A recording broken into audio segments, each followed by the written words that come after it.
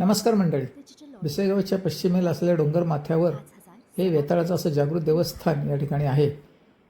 पंचक्रोशीमध्ये एकमेव असलेलं असं देवस्थान, त्यामुळे या देवस्थानाला अतिशय अनन्यसाधारण असं महत्त्व आहे.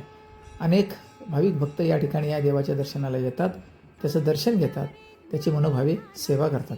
अतिशय सुंदर आणि नयनरम्य असा हा परिसर उंच ठिकाणी असल्याकारणाने आजूबाजूचा परिसर अतिशय सुंदर दिसतो.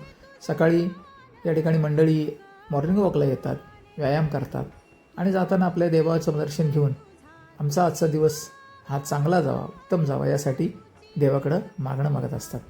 या मंदिराचा जो जीर्णोद्धार आहे तो भिसेगाव ग्रामस्थांच्या वतीनं करण्यात आलेला आहे.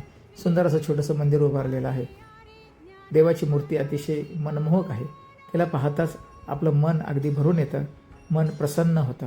आज माघ पौर्णिमेनिमित्त भिसेगाव ग्रामस्थांच्या वतीनं या ठिकाणी हा उत्सव आयोजित केलेला आहे. त्यानिमित्तानं सर्व भाविकांनी या ठिकाणी येऊन दर्शनाचा लाभ घ्यावा आणि त्यानंतर होणाऱ्या महाप्रसादाचाही लाभ घ्यावा असं भिसेगाव ग्रामस्थांच्या वतीनं सर्व भाविकांना नम्र विनंती आहे.